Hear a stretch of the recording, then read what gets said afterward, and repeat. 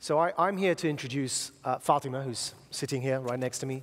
And it's an honor and a pleasure. And there's so many things when we spoke that we have in common. Fatima is from Libya, and my father spent his whole life actually working in Libya, so I was so honored to actually have this opportunity. Libya is a country that's currently in crisis. It's been affected by a lack of good governance, by an uprising that didn't really turn out the way people hoped. And now, unfortunately, ISIS has declared a chapter or a branch, a franchise that's also operating in Libya, and it's causing a lot of problems with governance in the country. It's heartbreaking to see what's happening in that country, and Fatima is going to speak a bit about some of the challenges. Fatima graduated in media comms from Webster University in Vienna, where I believe we met once before. She reminded me, unfortunately, I didn't remember, but I was embarrassed when she said that. But actually, also then studied postgraduate studies at SOAS, which is where I went, so that was cool. And works in international development. Her dissertation was in social media movements and women's empowerment, and looking at the way in which social media was used during the Arab uprisings to organize and galvanize young people. And really interestingly, in 2011, Fatima was working advising the EU on an impending refugee crisis. I asked her if anyone took her advice and listened to her, and she said, well, you see what's going on around you? Obviously they didn't. But that was actually 4 years ahead of the current refugee crisis. So in that sense, Fatima was a visionary.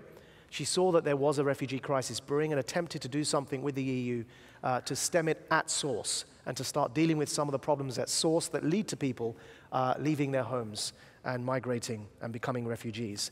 One of Fatima's main passions is freedom of speech. As somebody interested in journalism and media, she wants to talk to us today about some of the challenges that people like journalists face in attempting to have the sorts of conversations that I was saying are so necessary. So without further ado, Fatima, please. It's an honor. Thank you.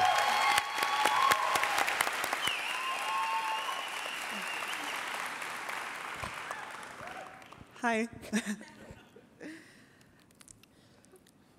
When the Arab Spring began in 2011, I didn't anticipate where Libya would be today.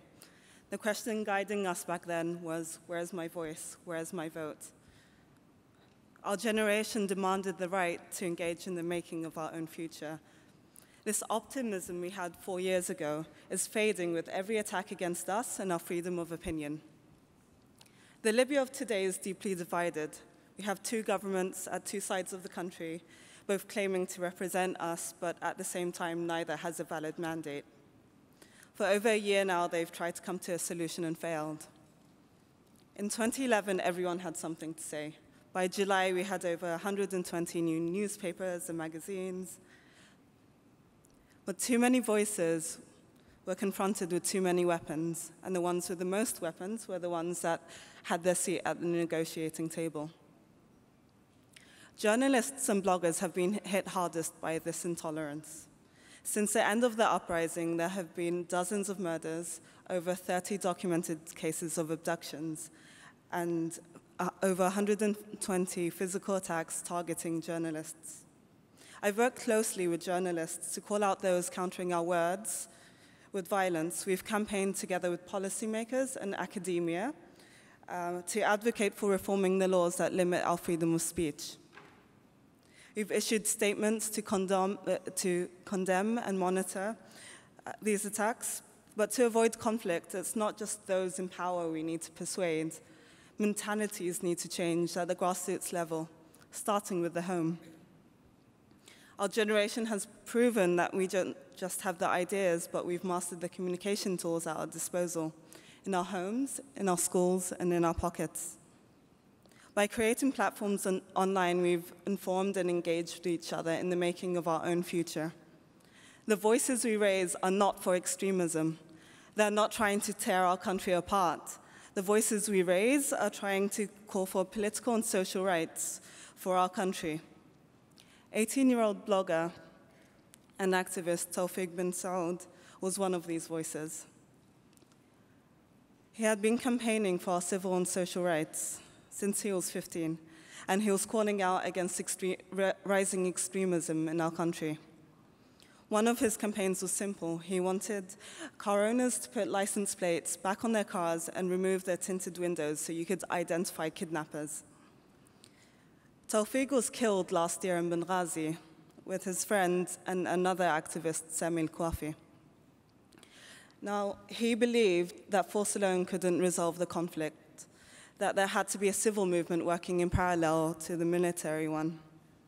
As a first step, we need to raise awareness in local communities and promote dialogue. I've used the tools at my disposal through the social media and through online platforms to advocate for freedom of opinion and the press. Others from our generation are continuing to engage with civil society, particularly with women, to encourage them to participate in public forums and in elections. Our advocacy is being picked up by the media, ensuring that our voices are not lost. When a journalist is attacked, it's not just one less voice, but dozens are silenced. Attacking freedom of opinion destroys any chance we have for a real inclusive national dialogue. Our dialogue must be social. It needs to be inclusive. We must make it personal. By talking about social issues and encouraging each other, we can make it that way. Political intolerance leads to acts of violence against individuals like Tawfiq and against communities like we've seen in Beirut and in Paris. One young world, don't forget about Libya or any other country where people are putting their lives on the line. My hope is that Libyan society will once again take part in political discussion. Remember this and continue to support us and our different opinions against those trying to attack them. Lobby your governments, lobby the international community so that our dialogue remains inclusive and that we know who is taking part in the discussions and what is being discussed. We need to bring our voices back to the table. Thank you.